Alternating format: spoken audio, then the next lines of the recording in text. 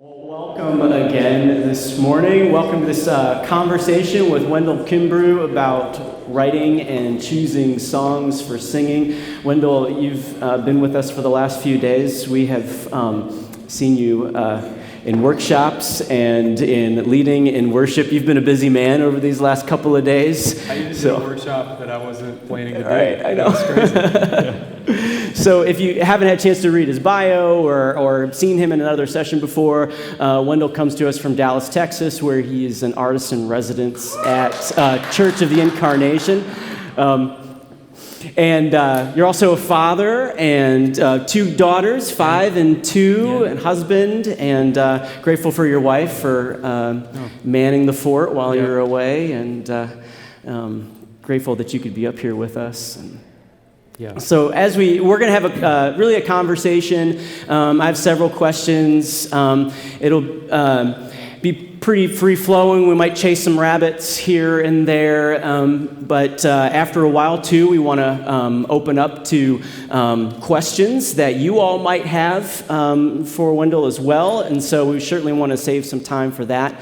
But just to get us started, Wendell, just give us a brief snapshot of your journey as a songwriter for congregational song, and then especially why you've chosen to set the Psalms for singing. If I get too far off track, remind me what the question was. Okay. And let me say one other thing, too. If you have questions for Paul when it comes to Q&A time, don't be shy to ask those, too, because there's a lot of expertise on the stage in this guy.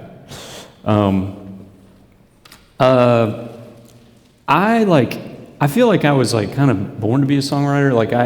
I don't know why I was thinking about it last night. I know why, because I was thinking about the circle of fifths. I had a conversation about circle of fifths, and when I was 10 years old, I was taking piano lessons, and I had a recital coming up, and I composed a song that involved the circle of fifths. I didn't know that at the time, and the day before the recital, I called my piano teacher and asked her if I could play the piece at my recital. And she said, well, to her credit, she didn't freak out or shut me down. She said, well, put the phone down and play it for me. And so I did, and I played it. And she was like, yeah, you can play that. so, I don't know why, but I just I was I wanted to create. From a pretty young and testimony age. to a piano teacher, a mentor who gave you an opportunity at a young age to try something out. Absolutely. Yeah. She was very positive, not you got to do it this way. It was okay, that's cool. You want to write songs? All right. Yeah. But I actually was really afraid to write for church.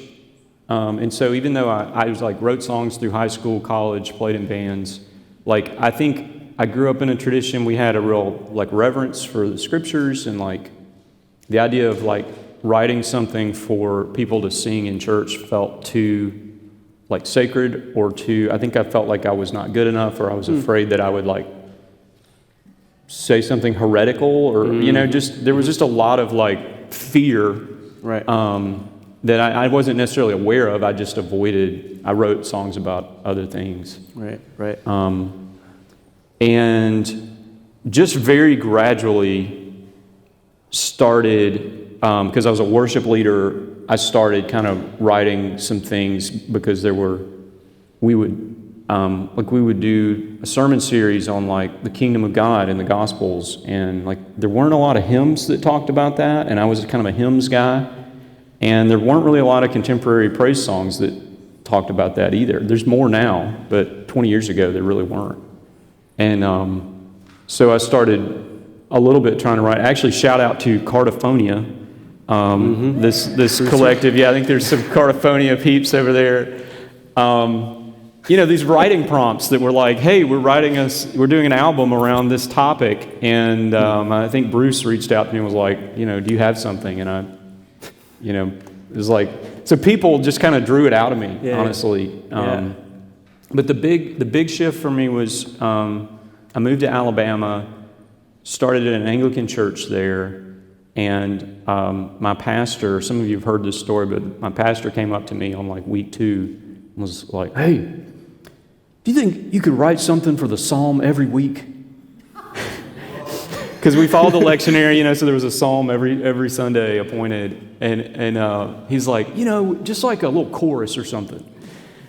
And I was like, part of me just was like, panic, because I was a real perfectionist, and like I said, I had all this fear of like saying something heretical or putting words on people's lips in worship that were not right.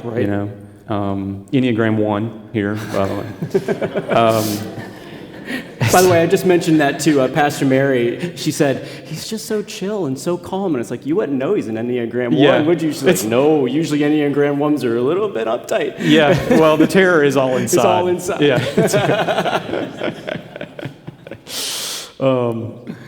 Yeah. Very broken. But at the same time as that was like very scary to me, I knew like I wanted to do that. Yeah. And something in me just knew that was like going to be a good experience. Yeah. So, and it was really tough at first. I really like stressed over what to write and how to do it. Yeah. And it was almost like a detox from perfectionism. It was like I wanted control, and I wanted to be able to squirrel my compositions away and like analyze them, over and over and make sure that they were perfect before anybody heard them. But it was like, it's Tuesday and Sunday is coming, and we have rehearsal tonight, and we're either going to rehearse the psalm or we're not going to rehearse the psalm, and it's going to be worse if we don't rehearse it. So it's done. It's here it is, band. Which is not. I just heard recently was talking about preachers and about how every week, week in and week out, you have to be ready to preach to your congregation, and you might have loved to take more time with one section of that sermon, really work the way in which you were telling that story, but sorry, 10 o'clock is coming, it's got to be ready to go, and you put yourself in that same situation in writing songs. Yeah, and like, it was just great, a great experience for me as a songwriter, which I could talk about that more. But you were asking too about the Psalms, and so I'll talk about that a little more specifically. I ended up just loving writing through the Psalms. And I shared some of this in another workshop, but a lot of that was because the Psalms awakened stuff in me that I needed to talk to God about that I did not know I needed to talk to God about. So the Psalms invited me to lament. They invited me to express anger. And those were both things that were really scary and felt very off limits to me in my culture and the way I kind of grew up. And I mean, I can remember the first time I had to do a psalm of lament in my church and just being so nervous. I don't know, I just thought people might like get up and walk out or something. I don't know what it seems kind of crazy now, but when we actually sang it and I could feel people in the room like connecting to it, it was just a really sacred, like holy moment. And I just felt like, and for me personally, it was like, man, I feel like my whole life I've actually wanted to be able to say in church, God, I'm hurting, or God, I'm sad. Yeah. And it was just a really profound thing to be able to do that in church and invite other people into it. And the feedback was so strong. Like people were just like, man, I really needed that this morning. Yeah. So I could talk a lot about why I love the Psalms, but just for me personally, it's like it's been part of a healing journey of learning to be more real in my life, but particularly in church. So I'm like a pastor's kid, I kind of grew up like wearing the church mask. Yeah, right. And just like I'm always doing great, and I'm figuring out what the rules are and following them, and all the old people liked me. I'm just like, it's just like, what a good little kid, that was that's what I did as a kid in church, So anyway, I think I touched on some of what you asked about. Right. Yeah. Thank you for that, Wendell. I was reflecting recently about there's a book called Selling Worship by Pete Ward, which is a history of the contemporary worship movement in Britain. primarily. And there's a chapter in there called From Folk to Fan. From folk to fan. And he traces how at the beginning of the contemporary worship movement in Britain, how it was very much like a couple people with guitars and a piano and people getting together and singing songs that were very accessible. And it was, the idea was, it was a folk experience. It was for the people. Everyone was joined together and singing. But progressively over time, the chord changes got a little more complicated and the expectations of the musicians got a little bit higher. And the people who were leading the songs got a little bit higher up on the platform or on the stage. And the distance became a little bit further from the congregation. And so you move from this folk experience to a kind of a fan experience. And it got me thinking about this question of why is it important for congregations to sing? And I would imagine, like, for many of us, just across a spectrum of churches, but even within our own congregations, we probably have points where it's sort of like, oh, this is a very folk-like congregation. Everyone sings together. Oh, this is maybe a little bit more like a fan congregation, and real high musician, great quality and everything, but it's maybe largely a passive experience. Or, like, this Sunday was more folk-like, and this Sunday was a little bit more fan-like, and so forth. But if it is more fan-like, is that a bad thing? Is that a good thing? Anyway, so there's why do we want people to sing? Yeah, it's a great question. I wouldn't say I've got this all figured out in terms of how to get people to sing, Right. But the why, I have a lot of strong feelings about,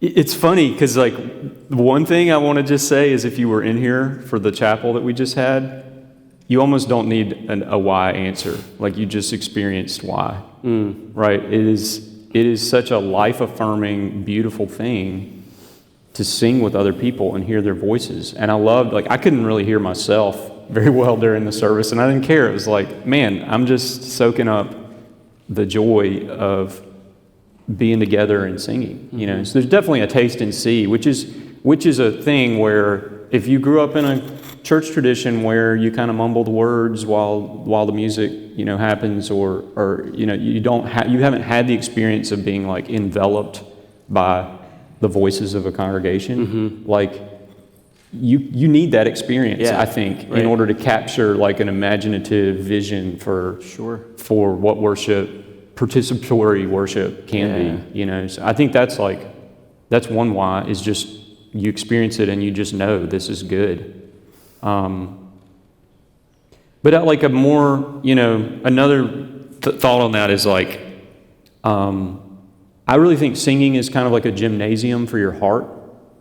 It's like taking your emotional core, and when I say heart, that's what I mean, kind of your gut. I guess the Hebrew, it's more of your your bowels. Your bowels, It's but however you want to think about it, it's the emotional core that kind of drives your life, And I think singing is kind of getting that part of you in the gym and inviting it to work out. And I think that's why it's you kind of have to lean into a song. Sometimes you don't feel like singing a song, but you lean into it, and sometimes you find that it gives you something to say that you didn't know you needed to say. And that's your heart maybe working a weak muscle, And it's I don't like bench pressing, It's hard. God didn't make me to bench press, you know what I mean? But you can, but it's nice to be able to have that strength, right? And I think particularly when you're singing a song diet like the Psalms, right? You're getting an opportunity to practice feeling and expressing emotions that, as a human broken in this world, you very likely, there are expressions and feelings that feel like they're safe and okay for you, and there are some that feel like they're off limits, or they're harder for you to access, or that your mom always got onto you if you said that or whatever. It's we all have, culturally or in our family of origins, some things that are harder for us to talk to God about, And when you sing, you are expressing and forming your ability to like feel those different feelings and have a conversation with God, about those things. So the mental image for me is like singing is like a gym, I mean, literally it's like a gym. Like you're using your diaphragm, you're using you're thinking about what you're singing, it's such an embodied thing. Like it literally elevates your heart rate like a workout, to really sing. But it also, it's like, so singing's like a gym, and I really think the equipment in the gym is the Psalms. Yeah. Like, and it matters what you do when you get in the gym. Like if you just get in the gym and do bicep curls every day for a year, like what will happen to your body? Like with one arm, let's say I just do like right arm bicep curls for a year in the gym. Because you're real strong at that. Yeah, right, I'm that good right at that. Arm, that's good at, That right arm is strong. Like I feel powerful when I do that. So I'm going to get in the gym and just do curls, and I'm going to gradually increase that weight. Right? Like at the end of a year of doing that, what will happen to my body? Right? I mean, I will be deformed. Literally. Like my back will be like probably super strong on this side and super weak on this side, and I'll probably be like, I don't know, I'll just be like crooked, you know what I mean? And I really think that's a pretty good analogy for like a bad song diet. Right. Like if all we're singing is songs of praise and gratitude to God, then like you lose a family member and that muscle is so weak you don't know how to talk to God about it. Yeah. You don't have language for it.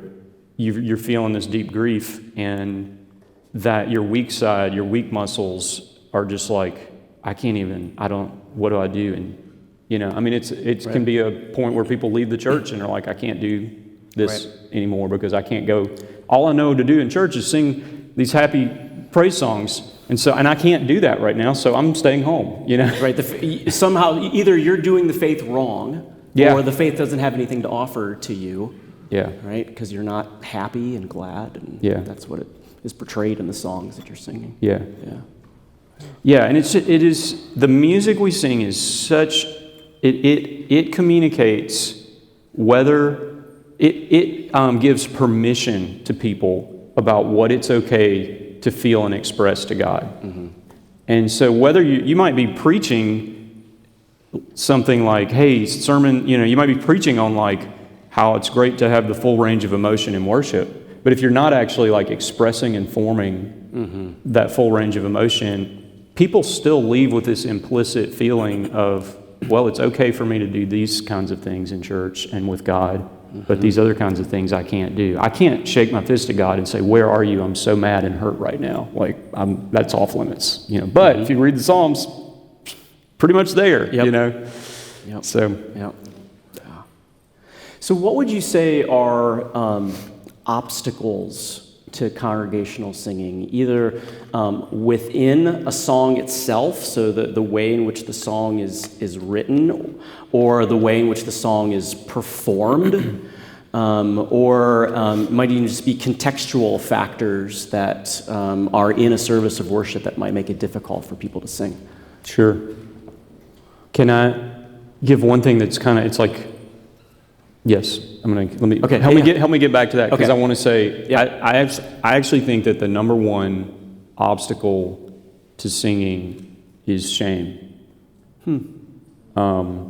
I think that most people have at some point in their life been told that they can't sing, at least in our culture, and we have this kind of like American Idol thing where it's like, what you don't want to be is the guy who like auditions for American Idol and like can't match pitch, right? That's like, we all laugh at that, right? It's like, that's a very shame honor kind of situation. It's like either you've got it, or you don't. And that's just a lie. It's like most people sing pretty okay, and even those who don't sing great, like in the context of a worship service where everyone's singing, like you can belt it out, but I truly believe people have a shame thing. I mean, that's part of my own story. Is like I was told I couldn't sing when I was like in middle school, and it was probably like 10 years before I felt like I kind of believed, and it was really like an act of God in my life. I believed that I had a voice that was worth sharing. Yeah. Yeah. So I do just want to say that, because I feel like in some ways you can get all the mechanics of song stuff right, and you can lead the song the right way. But if people are stuck in a shame place, they're not going to sing. Right. They're afraid somebody's going to hear them and think they sound bad, or their own inner critic is just like, you sound terrible. Sure. Sure. Yeah. We'll find it too. So there are contexts in which here at Calvin, let's say we're having a visit day, and then there's an 18-year-old, and she's with her parents, and she's being invited to, sees the rest of the community singing at the top of their lungs. She's like, I'm kind of with my parents. It's kind of embarrassing, right? So it's like a personal obstacle that can get in the way. Absolutely. Yeah. But you were also asking about, like, internal to a song structure or in the way that it's led. Yeah. And then this one I'd love to hear your thoughts on too, Paul. But I think there's definitely a craft to congregational song, and like I think there's a thing where the songs. One way to distill all this is, like, I call it the a cappella test. Like, if I can sing a song a cappella and it holds together, then it probably is going to work pretty well as a congregational song. Yeah. Whether I'm leading it on the guitar or on piano,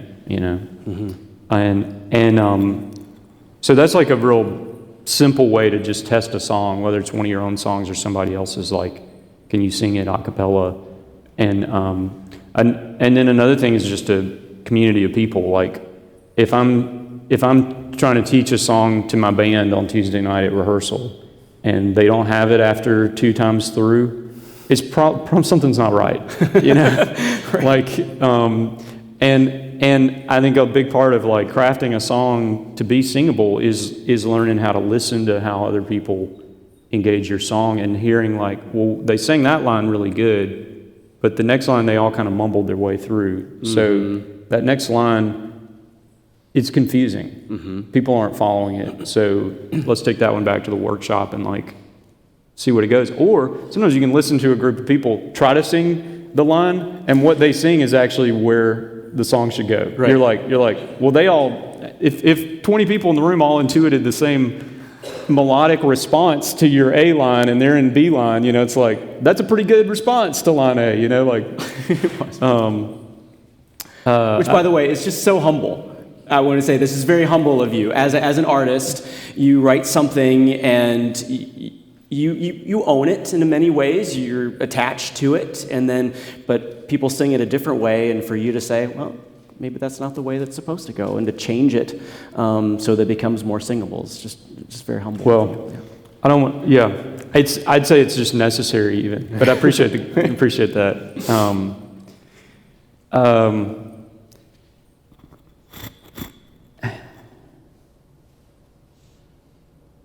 So song form, I think there's stuff that matters, like, having a repetition of either the melodic line or sometimes just the way the phrases come off is really important. Like, even if the melody's different, like having the phrasings in the meter be similar from line to line. It's like people can only handle a few complex things, maybe one complex thing in a song. So it's like if the rhythm is going to be really complicated, then the melody, the notes themselves need to be very simple, So I think those kind of things matter. In terms of leadership, I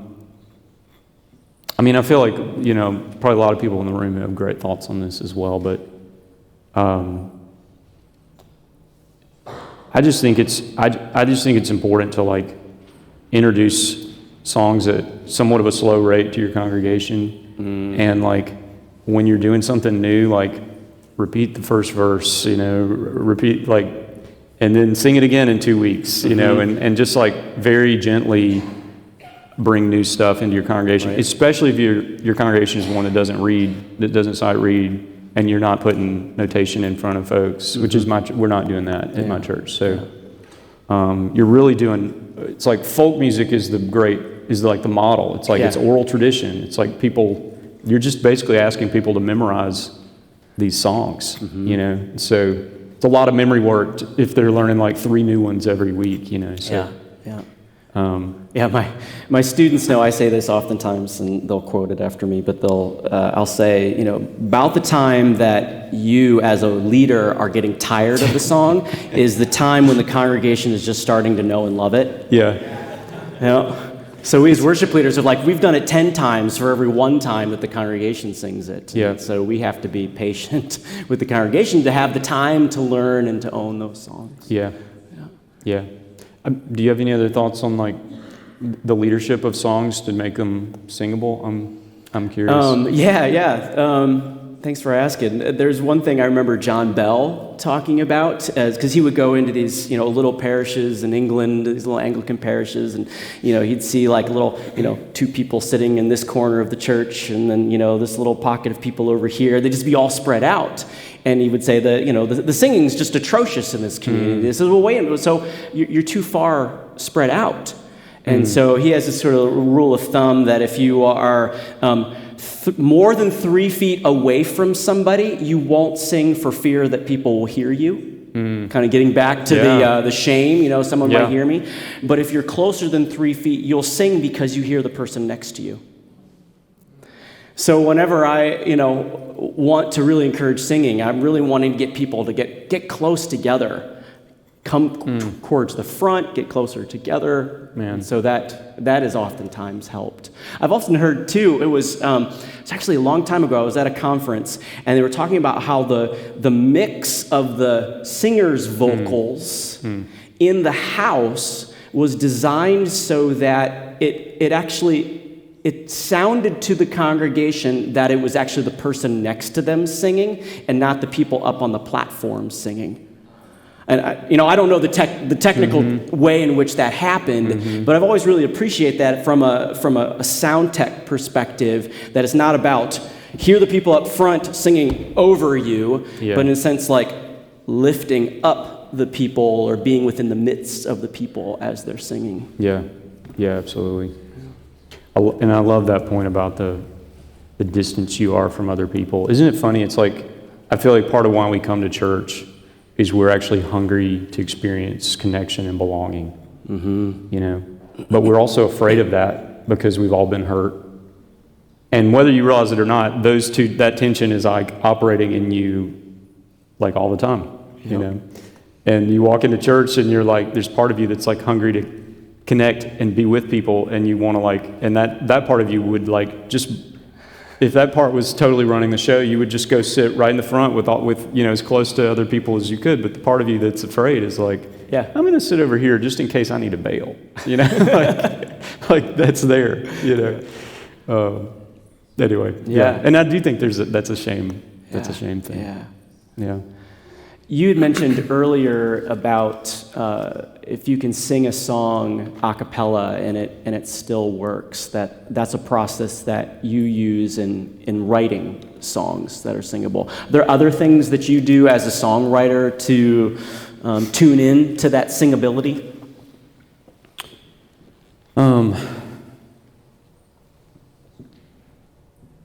Yeah, a couple things come to mind. One is like I move between guitar and piano. So like if I write something on the guitar, one of the first things I do with it is I try to play it and sing it on the piano and see how it holds together. Because a really strong melody, it's not going to matter that much which one you're on. What about the guitar would impact your songwriting? There's something about playing the guitar, for me, and I don't think this is necessarily true for everybody, although I do hear this a lot. There's something about playing the guitar and singing that, like, I tend to write more syncopated melodies that kind of, it's almost like, because essentially when you're playing guitar, you're kind of playing drums, like you're keeping beat. And there's something where I tend to write melodies that more like bounce off of the beat, like I sing a lot of stuff that's more offbeat than like on the beat. Let the earth rejoice. Yeah, I wrote that on the guitar. It's a great example, right? The whole song is syncopated, right?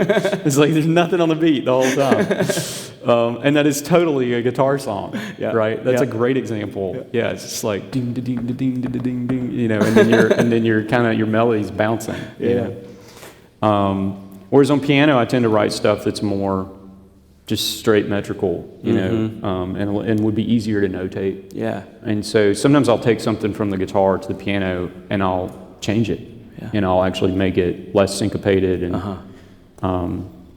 another thing is like taking a song and trying to move it from like a 3 or a 6 to a 4 beat, and see if how's the melody work when you make that transition.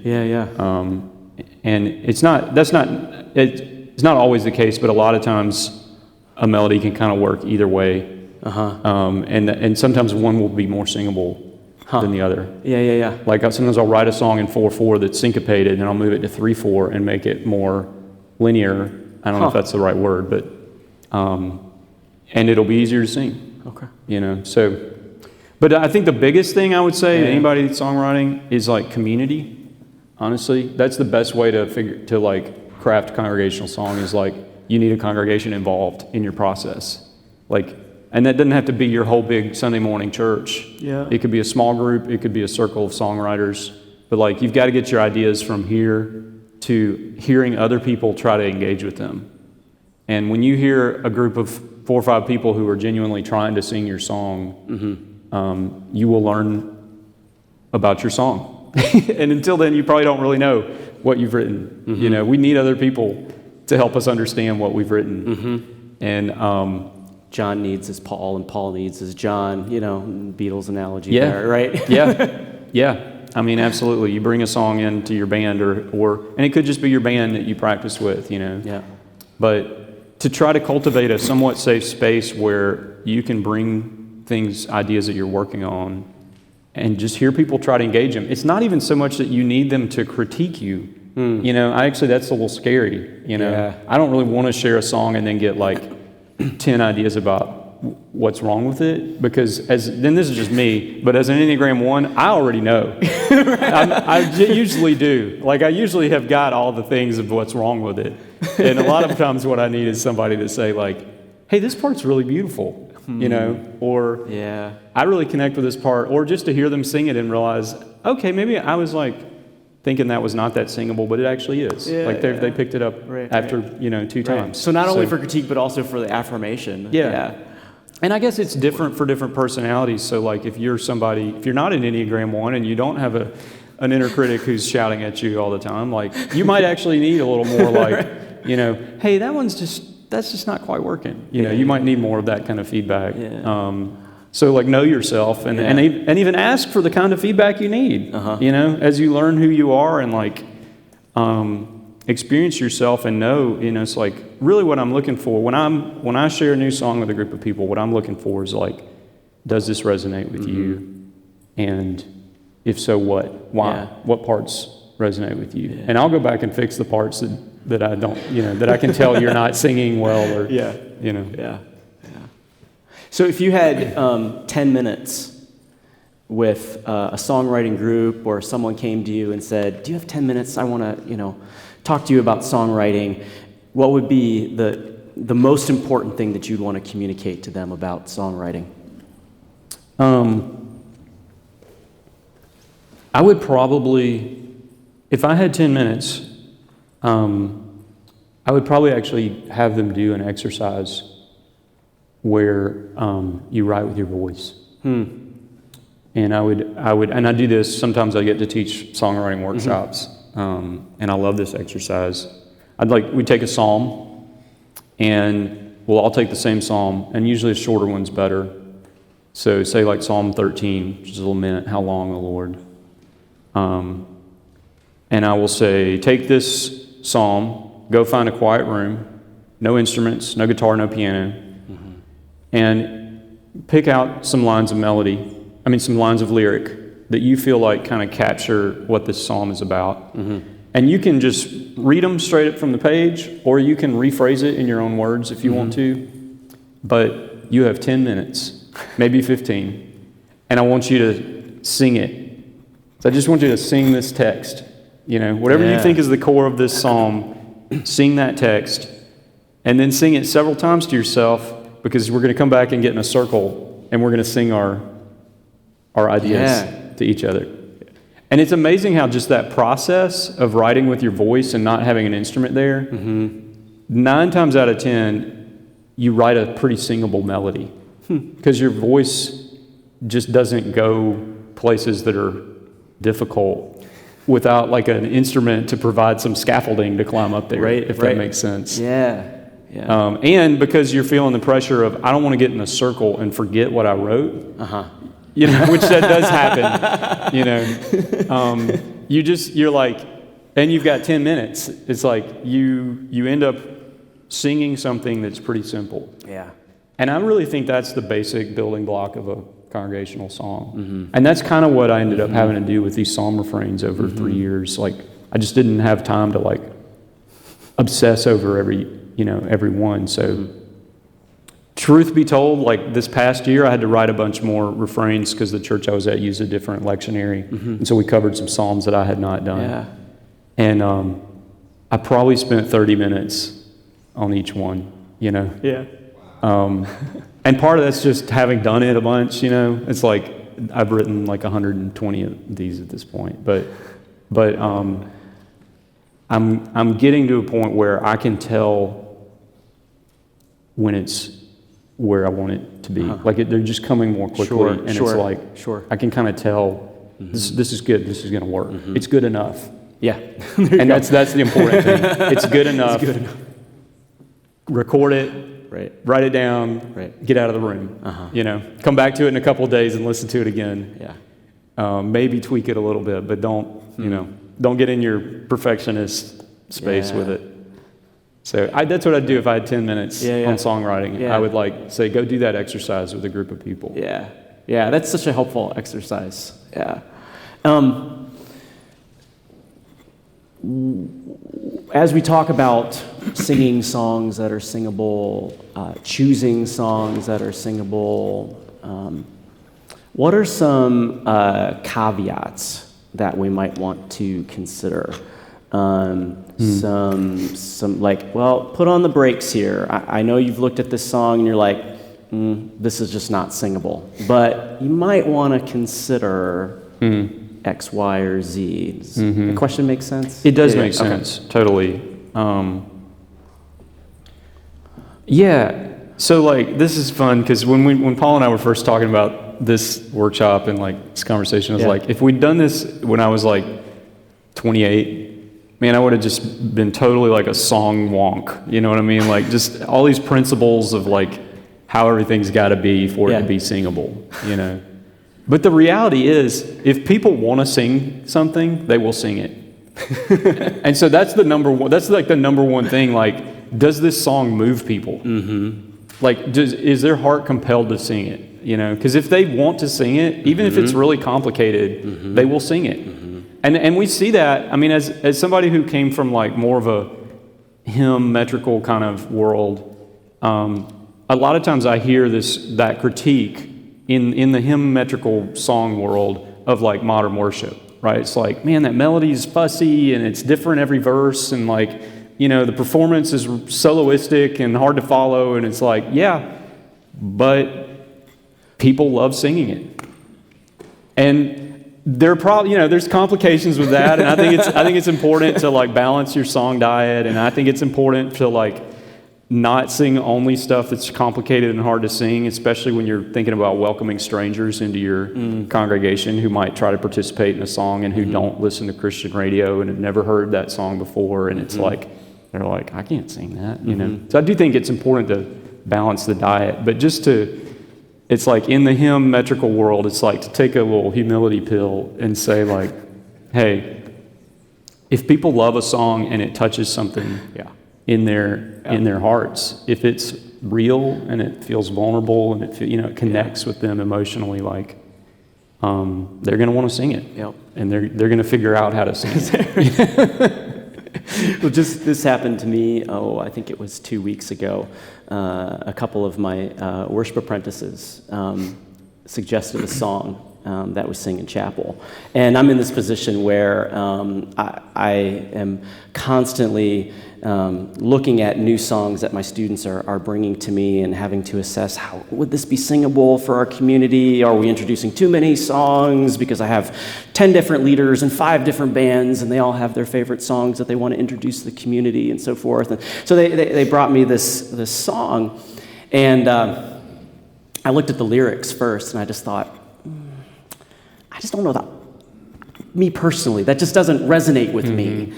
And it seems very kind of idiosyncratic, like it's an individual's testimony, but I didn't see how it really worked communally. And then, I watched the YouTube video, and of course it's, these, beautiful looking people in a room together with, professional musicians, and, everybody of course is into the song, and I'm just thinking, well, that's great for that community and so forth, but I just don't see this working here. And so then I was shared these things. Fortunately, you get to do this in community and face to face, and it's a conversation. And so we're talking together, and ultimately they looked at me with these like puppy eyes,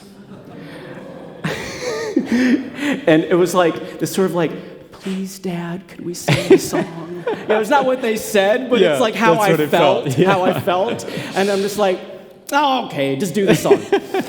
and they led the song, and one of the things that they led with such authenticity and enthusiasm, it was something they owned, they wanted to share, they were so encouraging of the congregation to sing it, and it was a grand success. And afterwards, I'm like, you were completely right. I learned so much from you, and you sharing this song, and so it was just a testimony that sometimes the context matters, the way in which it's led, the people, they want to sing the song, and so they're going to sing the song.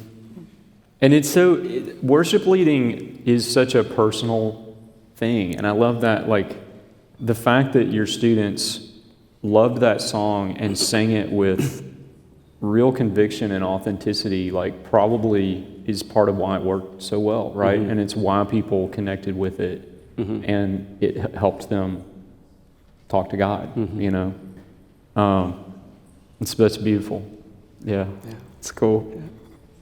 How do you balance that with wanting to have like a healthy overall song diet? Do you have any like tips or pointers for because I know you've got some good ideas. Yeah, well, and I'm in a unique situation in which, so I didn't introduce myself to you. Well, I'm Paul Ryan. I'm the worship pastor here on campus, and we have daily chapel services, and we're in a community that's constantly turning over.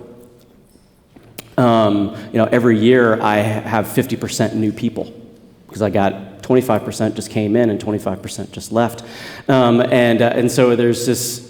I don't think that math added up right.